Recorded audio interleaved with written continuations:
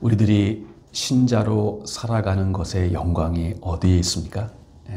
성도로 살아가는 그 성도의 영광이 무엇입니까?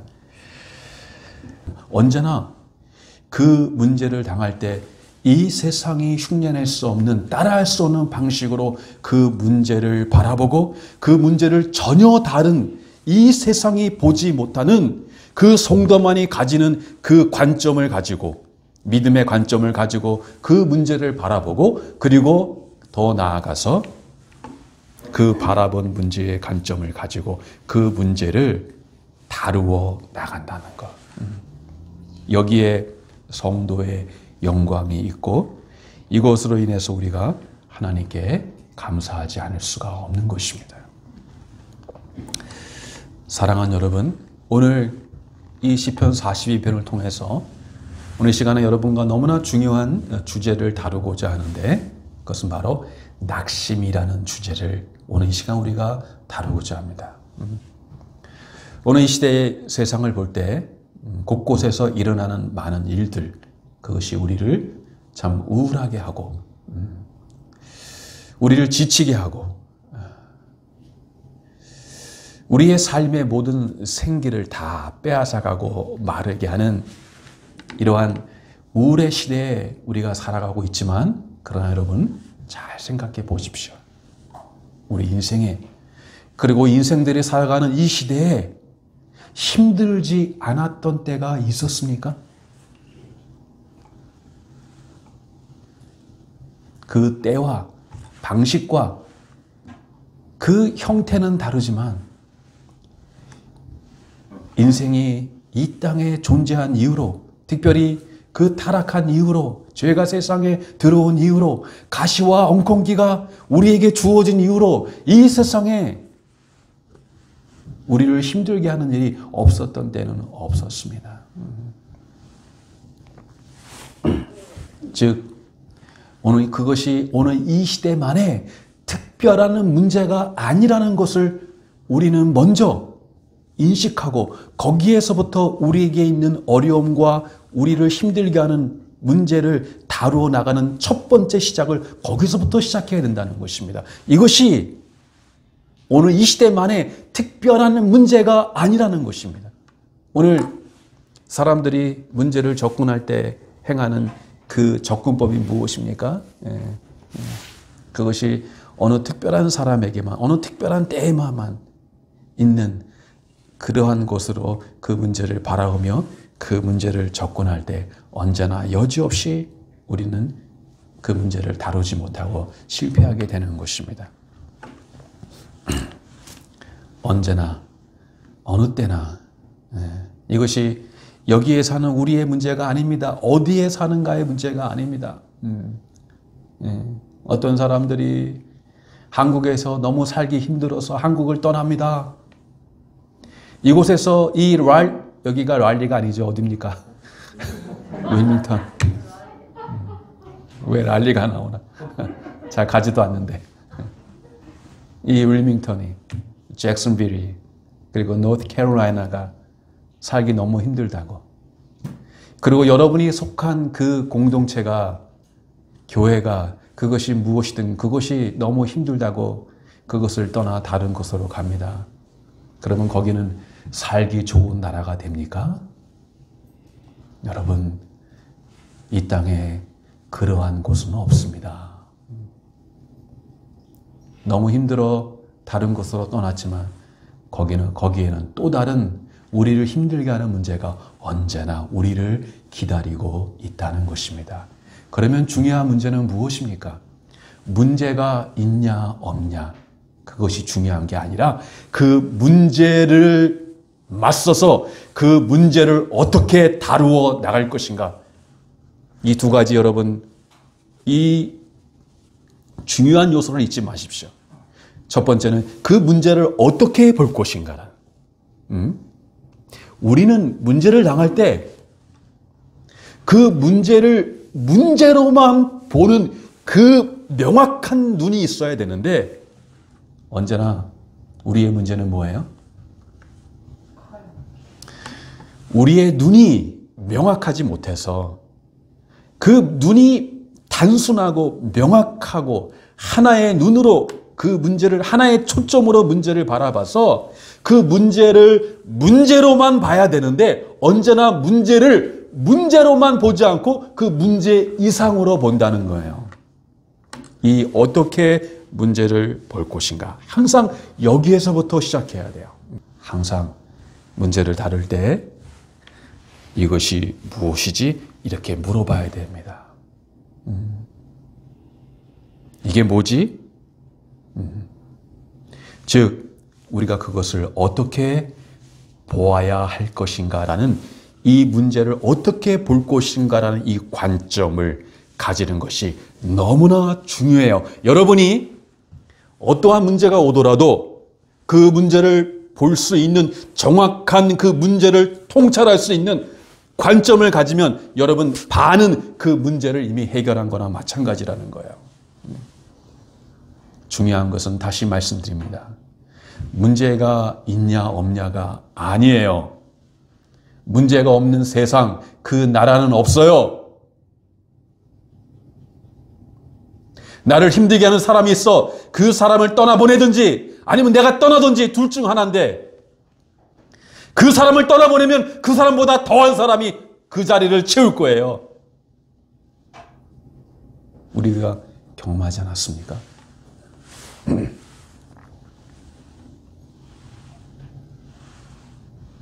중요한 것은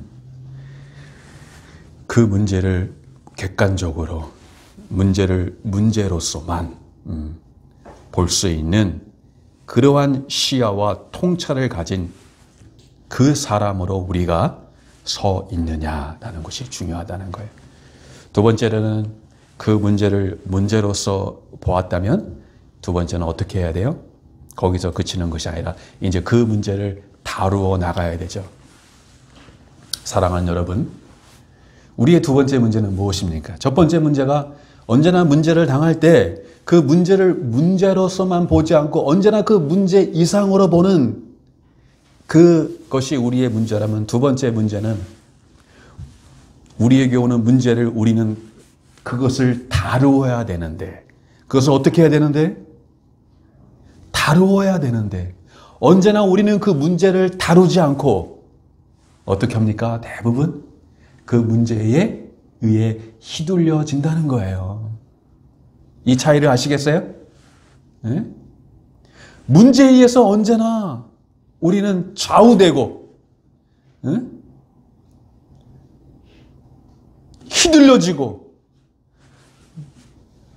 눌림을 당해서 그 문제 앞에 꼼짝을 못하고 언제나 그것에 압도되고 그것에 영향을 우리는 어떤 우리가 이 땅을 살아가는 동안 이 세상의 문화의 결과와 소산에 우리도 영향을 받아요. 그러나 우리가 그러한 것에 영향을 받을 수 있지만 그러나 절대로 그것에 의해서 우리들이 휩쓸리거나 좌우되어서는 안 된다는 것을 언제나 성경은 우리에게 말해주고 있어요. 그래서 이 세상의 교훈과 풍조에 밀려 요동하지 않는 자가 되라고 사도는 우리에게 말해주고 있어요. 여러분 항상 이 세상은 우리를 흔들려고 그래요. 그러한 우리를 휩쓸고 우리를 흔들고 그리고 더 나아가서 우리를 넘어뜨리려는 그 세상의 물결은 언제나 찾아올 거예요. 지금의 물결이 너무 우리를 힘들게 하여 지금의 풍랑이 우리를 너무 힘들게 하여 이것이 빨리 지나가기를 원하지만 그 물결이 지나가면 또 다른 그보다 더한 우리를 힘들게 하는 그 파도와 풍랑과 물결이 언제나 또다시 준비되고 있다는 것. 그것을 어떻게 해요? 문제를 다루어 나가야 되는 거예요. 이 땅을 살면서 성도가 문제를 다룰 때 세 가지 중요한 것을 여러분이 다루어야 되는데 그것은 환경을 다뤄야 돼요. 우리 앞에 우리에게 오는 그 환경. 여러분 우리가 살아가는 그 환경, 그 환경은 어떤 환경입니까? 좋은 환경도 있지만 그러나 우리를 힘들게 하는 환경도 있습니다. 그렇죠? 지금 우리는 그러한 환경 속에 있습니다. 우리가 원치 않게, 바라지 않게, 그리고 전혀 계획이 없던, 생각지 않던 지금 이런 환경에, 전무후무한 이런 환경 속에 너무나 많은 사람들이 힘들어하고 있습니다. 이것을 여러분이 꿈꿨습니까? 이것을 여러분이 기대했습니까? 그리고 생각이라 했습니까? 누가 이러한 일을 예측이나 했습니까? 그러나 우리는 우리의 의사와 상관없이 이러한 환경 속에 살아가고 있습니다. 말씀드리고 싶은 것은, 중요한 것은 모두에 말씀드린 것 같이 이것을 우리는 특별한 것으로 봐서는 안 된다는 것이에요. 아, 이 시대의 특별한 문제지. 아니요. 언제나 그러한 우리가 원치 않는 환경 속에 우리는 사실 살아왔어요. 그 모양이 다를 뿐이지. 여러분 기억하세요. 지금도, 이전도, 그리고 앞으로도 우리가 살아갈 환경은 어떤 것인지 그 환경의 특성을 여러분이 보편적으로 볼 수 있어야 돼요. 그 보편적인 환경의 특성은 무엇입니까? 따라해 보실래요? 환경은 언제나 우리 편이 아니다. 우리 편일 때도 없지는 않지만 그러나 대부분 우리에게 오는 환경은, 우리가 살아가는 환경은 언제나 우리 편일 때보다도 우리 편이 아닐 때가 훨씬 더 많이 있다는 거예요. 그런 속에 성도는 살아가요. 여러분, 오늘 시인은 이 낙심이라는 이 문제 앞에 서 있습니다. 오늘 저와 여러분이 이 본문을 택한 것은 이 시인이 이 낙심이라는 주제를 어떻게 다루어 나가느냐, 너무나 그 탁월한 방식으로 이 낙심의 문제를 이 시편에 쓰여진 당시, 우리는 이 당시를 어떤 시대라고 그래요? 고대라고 그래요, 고대. 우리는 이렇게 생각하는 경향이 있어요. 오늘 우리는 제일 인류 사회에 있어서 제일 발달된 시대에 우리는 살고 있고, 이전에 살았던 사람들은 우리보다 좀 미개한 그러한 시대에 살지 않았나라는 생각하는 경향이 있어요. 여러분 그렇습니까? 우리는 가장 인류 사회에 있어서 발달된 그런 시대에 살고 있습니까? 저는 그렇게 믿지 않아요.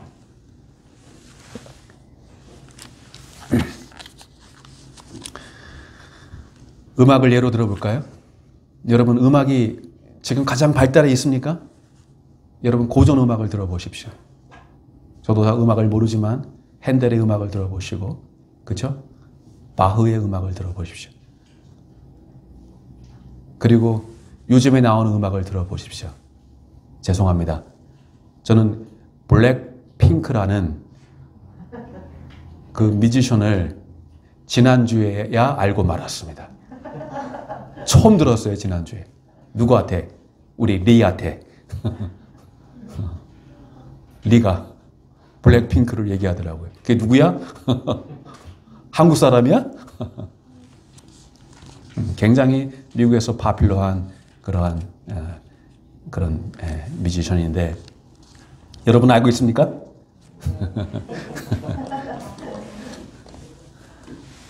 요즘 음악 좋은지를 모르겠어요. 뭔가 빠져 있는 것 같아. 그래도 옛날의 음악은 그 포크 뮤직이라든지 이런 뭐 좀 뭔가 들으면 마음에 좀 이렇게 사람의 스토리를 이야기하고, 그렇죠? 예.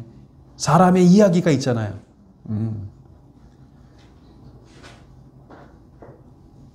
하여튼 우리는 지금 우리가 너무나 발달된 문명화된 그런 시대에 살고 있다고 말하지만 여러분 잘 생각해 보세요. 이전보다 우리는 좋은 집에 살고 있어요. 이전보다 우리는 좋은 교통수단을 이용하고 있어요. 너무나 편리한 문명의 이기를 누리고 있어요. 그러나 여전히 변함없는 것은 그 좋은 집에 사는 그 사람. 예? 이전에는 걸어 다녔고 마차를 타고 다녔지만 이제는 좋은 차를 타고 다니는 그 사람. 변한 것은 우리는 우리가 좋은 집에 산다고 우리도 좋은 사람이 되었다고 착각하는 거예요.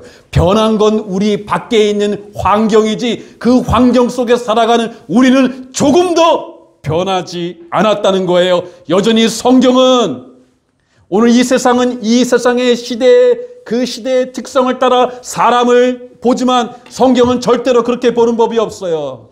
성경은 시대가 변하고 환경이 변할지라도 그 바뀐 환경 속에 살아가는 그 사람은 여전히 변함없는 하나님의 은혜가 없으면 죄로 말미암아 멸망받을 그러한 사람이라는 사실은 조금 더 변함이 없다는 거예요. 또 변하지 않는 건 뭐예요? 시대가 변하고 환경이 변했지만 우리 하나님이 변함이 없으세요.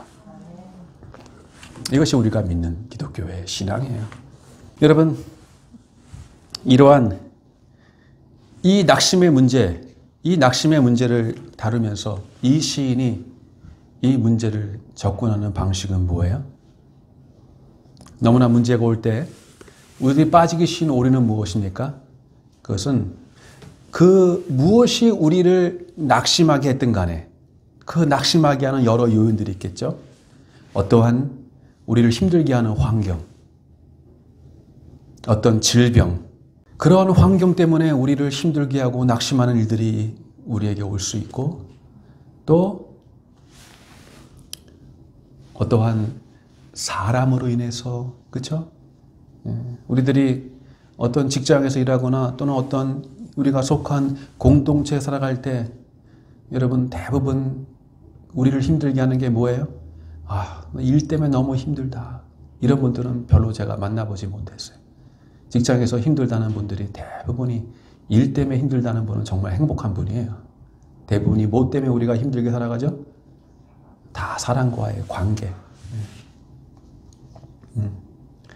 아까 말씀드리다가 만 것 같은데 우리가 다뤄야 할 세 가지 중요한 게 첫 번째는 환경을 다뤄야 되고 두 번째는 사람을 다루는 이게 너무너무 중요해요.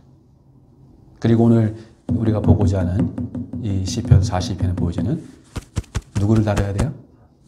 우리는 환경만 다루고 사람만 다루는 거에 더 나아가서 우리 자신을 다룰 수 있어야 된다는 것. 그 책은 읽어보지 않았지만 어느 외국 책인 것 같은데 그런 책의 제목이 있는 걸 얼핏 봤습니다. 나는 내 자신이 가장 어렵다. 하여간 우리 자신을 다뤄야 되는데 오늘 이 시인은 너무나 놀랍게도 정확하게 이 성경이 우리에게 보여주는 방식으로 너무나 영광스러운 방식으로 우리가 우리를 어떻게 다루어야 할지를 이 사람은 알고 있었다는 거예요.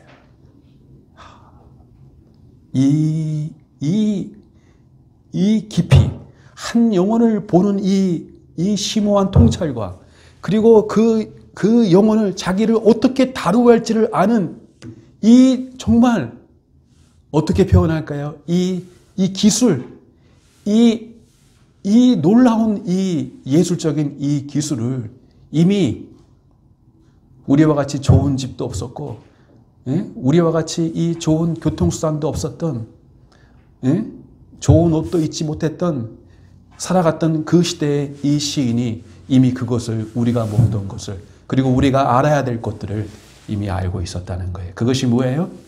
그것은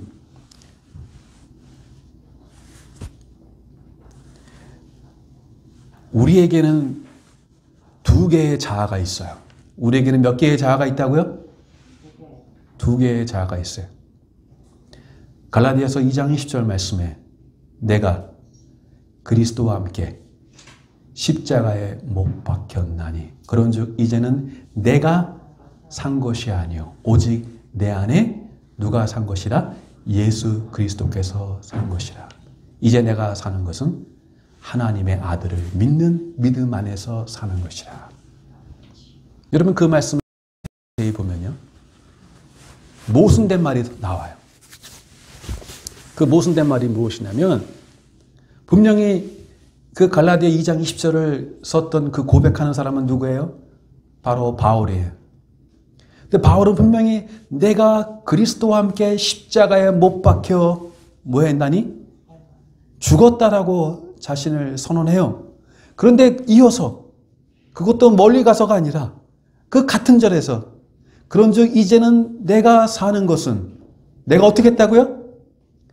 살았다고 그래요. 여기서는 죽었다고 그러고 여기서는 살았다고 그래요. 뭐가 맞는 거예요? 여러분 우리는 죽었습니까? 살았습니까? 근데 왜 살았다고 말해요? 죽은 건 뭐고 산 건 뭐예요? 네? 그래서 우리가 성경을 배워야겠어요? 안 배워야겠어요? 주일날 제가 여러분 점심 먹고 집에 가지 마시고 그냥 성경 공부합시다 하면 집에 가야겠어요? 남아서 성경 공부해야겠어요?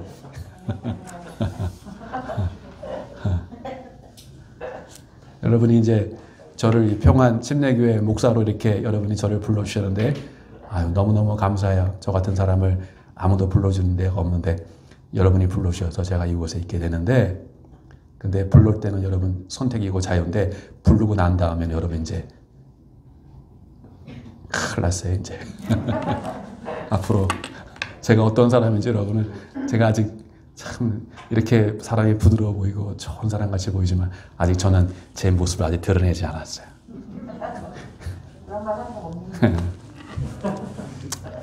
이제 여러분 저와 같이 있는 동안 진짜 말씀을 정말 말씀을 정말 이 말씀은 지루한 말씀이 아니라 정말 파도 그 깊이와 높이와 넓이를 헤아릴 수 없는 말씀 안에 있습니다. 여러분 바울이 말했던 내가 이제 그리스도와 함께 십자가 옆에 죽었나니 말하는데 방금 그러나 이제는 이제 내가 사는 것은 그것은 모순이 아니라 내가 죽었다고 말한 그 죽은 사람은 뭐냐면 그것은 우리의 옛사람이 죽은 거예요. 옛 자아가 죽은 거예요. 우리에게는 몇 개의 자아가 있다고요? 2개의 자아가 있는 것이에요. 왜? 우리는 거듭났기 때문에 우리는 중생했기 때문에 born again 했기 때문에 우리에게는 이전에 죄로 말미암아 태어난 그 자연이 있죠. 제가 말씀드렸죠. sinful nature가 있고 자연적 본성이 있고 그게 우리의 육이라고 그랬어요. 근데 거기에 더해져서 이제 새로운 하나님의 생명의 새로운 본성이 우리에게 들어왔어요. 그 생명이 예수 그리스도의 생명이 우리에게 들어왔다고요. 그래서 이 2개의 자아가 살아가는데 옛 자아는 예수 그리스도와 함께 십자가 죽으실 때 같이 옛 자아가 죽었고 예수 그리스도가 부활할 때 새로운 자아가 살아난 거예요. 그래서 이 2 자아가 있는 이 죽은 건 뭐고 옛 자아고 살은 건 뭐고 새로운 자아인데 그런데 사실은 바울이 죽었다고 말했지만 사실은 실제로는 죽었어요? 안 죽었어요? 사실은 실제적으로는 이 2 자아가 같이 우리의 하나의 파워로 세력으로 있는 거예요. 그리고 그것이 서로 어떻게 해요?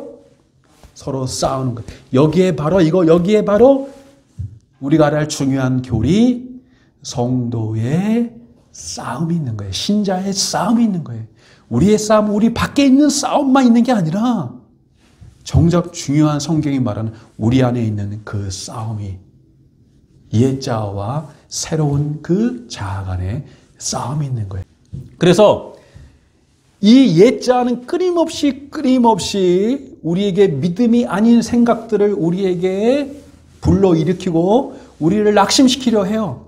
여러분 그렇게 옛 자아는 우리들에게 끊임없이 우리를 낙심하게 하고 그 낙심이 현재의 낙심에서 멈추지 않냐고 미래에 대한 불안으로 내 속에서 어찌해 불안하냐라고 나아갈 때 그때 이 시인이 한 것은 뭐예요? 그렇게 우리에게 여러 가지 위축이 오고 낙심될 때 그것을 스탑시키고 자기가 자신에게 말하는 거예요. 우리가 배워야 할 이 기술은 뭐예요? 그것은 우리 자신이 자신에게 말을 할 수 있어야 된다는 거예요. 자기가 자신에게 말해주는 법을 배워야 된다는 거예요. 나는 지금 누구 때문에 힘들어. 나는 이 상황 때문에 너무너무 힘들어. 나는 못 살겠어. 그럴 때 잠깐 그걸 여러분이 계속 들으면 어떻게 돼요? 그걸 듣도록 여러분이 계속 그것을 허용하면 어떻게 돼요? 처음엔 낭망이 시작됐지만 그 낭망이 낭망으로 끝나지 아니하고 어떻게 돼요? 불안이 되고, 그렇죠? 나중에는 그것이 어떻게 돼요? 영적 침체로 되는 거예요. 그리고 그 영적 침체의 마지막은 뭐예요? 그것은 바로 하나님에 대한 불신이에요. 그렇다고 여러분이 그 사람이 하나님을 떠난다는 건 아니지만 모든 불신들이 그 영적 침체라는 그런 환경을 매개로 이용해서 우리에게 들어와서 어느 순간 우리를 꽉 잡는 거예요. 그러면 기도가 안 돼요. 그런 경험 해보셨어요? 기도를 하려고 하는데 기도가 안 돼요. 말씀을 들으려는데 말씀이 안 들어와요. 완전히 사로잡히는 거예요. 그러기 전에 오늘 시인은 어떻게 하는 거예요? 잠깐, 너가 힘들어. 그러나 그런 자기 연민에 빠지도록 그를 허용하고 그를 내버려 두는 것이 아니라 지금 네가 힘들지만 그러나 생각해봐. 사람들이 힘들게 하고 환경이 힘들게 하고 그로 인해 낙심이 오지만 그래도 여전히 변함이 없는 거 있어. 그것은 하나님은 여전히 너를 버리지 않으셨어. 하나님은 여전히 너와 함께 하셨어. 우리가 이렇게 모였을 때, 교회로 모였을 때, 교회는 어떤 것이에요? 우리가 힘들고 어려울 때 서로 붙들어주고 격려해주고 위로해줘야 되잖아요. 그렇죠? 그런데 그 격려해주고 위로받으러 온 교회에서 우리는 어떤 더 큰 위로와 격려보다도 더 큰 상처와 실망을 안고 돌아가는 경우가 얼마나 많이 있습니까? 그럴 때 교회 가도 소용없구나 라고 거기서 주저앉는 게 아니라 아무도 여러분을 격려하고 위로해줌이 없을 때 그냥 거기서 주저앉아 있기만 하면 안 된다는 거예요. 어떻게 해야 돼요? 누구 와서 나를 위로해주고 격려해주고 붙들어줘야 되는데 그럴 사람이 없을 때 그때 아무도 나를 위로해주고 일으켜줄 사람이 없을 때 내가 나에게 격려를 해줘야 돼요. 너 그렇게 주저앉으면 안 돼. 그렇게 정신 잃으면 안 돼. 여전히 하나님은 너에게 뭔가를 기대하고 계셔. 네가 잘 나가고 좋은 환경 속에서도 하나님은 네가 정말 믿음으로 살기 원하지만 오히려 아니야. 지금 이러한 힘들고 어려운 도전에 있는 이러한 가운데에도 하나님은 너에게 여전히 기대하고 계셔. 그 기대는 무엇이야? 이 어려운 환경 속에도 네가 믿음으로 이 문제를 헤쳐나가기를 원하셔. 이것이 오히려 이러한 시기가 하나님이 너를 평가하는 더 중요한 순간이야. 절대로 마음 놓지 마. 우리 너무 힘들면요 다 놓고 싶어요. 그렇죠? 따라합시다. 마음 놓으면 안 된다. 언제까지? 가는 그날까지. 에이! 하는 마음 있죠? 그럴 때마다 안 돼. 하나님은 너를 포기하지 않으셨어. 다른 건 다 변할지라도 그건 변한 건 환경이고 너와 하나님과의 관계는 변함이 없어. 누가 하나님의 사랑에서 우리를 끊으리요? 사망이나 생명이나 현재일이나 장래일이나 기근이나 칼이나 위험이라 어떤 것도 우리를 하나님의 사랑에서 끊을 수 없으리라. 자기가 자신에게 설교해 주는 거예요. 하나님은 여전히 변함이 없으시고 너를 붙들고 계셔. 그러니 네 영혼이 너를 힘들게 하는 그 사람만 생각하지 말고 너를 힘들게 하는 그 환경만 생각하지 말고 그것에서 눈을 돌려서 너를 여전히 지켜보고 계시고 너를 여전히 기대하고 계시고 너를 붙들고 계시는 그 약속의 너와의 관계에 조금 더 변함없이 그 하나님을 바라봐 하고 자기 자신에게 말해주는 거예요. 사랑하는 여러분, 우리가 힘들 때 아무도 우리를 와서 도와줄 리 없을 때 그때 오늘 이 시인이 한 일은 뭐예요? 그때 자기가 일어나서 자기 자신에게 그렇게 꾸짖고 때로는 달래주고 이렇게 살면 안 돼. 이렇게 살 수는 없잖아. 다시 하나님께 소망을 두고 하나님을 바라봐. 내 속에서 어찌하여 내가 낭망하느냐? 여러분, 사람들아 어찌하여 나를 낭망케 하나 이렇게 말하지 않았어요. 내 영혼아 내가 어찌하여 낭망하느냐? 자기가 자기 자신에게. 정말 우리의 문제는 다른 사람이 나를 낭망하게 힘들게 하는 그 문제가 아니라 거기에 눌려서 그것에 휘둘려서 아무것도 못하는, 늘 그것에 의해서 그런 내 영혼에게 말하는 것입니다.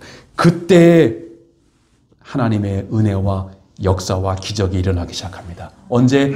내가 내 옛 자아에게, 어린아이와 같은 애에게 말하기 시작할 때. 여러분도 그렇게 말하십시오.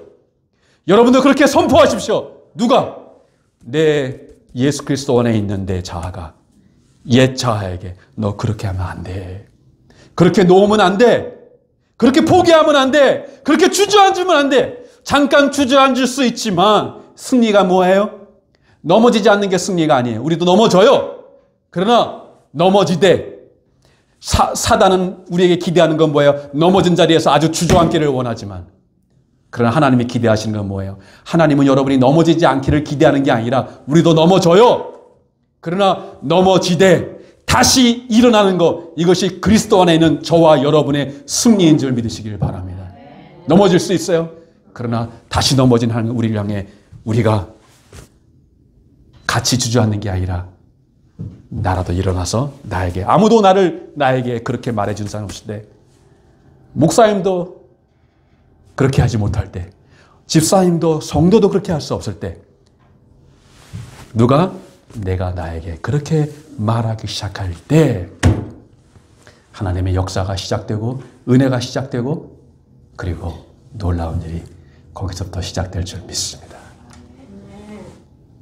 내 영혼아 내가 어찌하여 낙심하느냐, 낭망하느냐, 내 속에서 어찌하여 불안하느냐. 너는 하나님을 바라라. 하나님께 소망을 두어라. 우리의 시야를 누구에게로? 하나님께로 향하며 그렇게 말할 때 여러분 속에 놀라운 일들이, 은혜의 역사가, 주저앉던 우리들이 다시 일어나는 그런 복된 일이 일어나기를 주님의 이름으로 축복드립니다.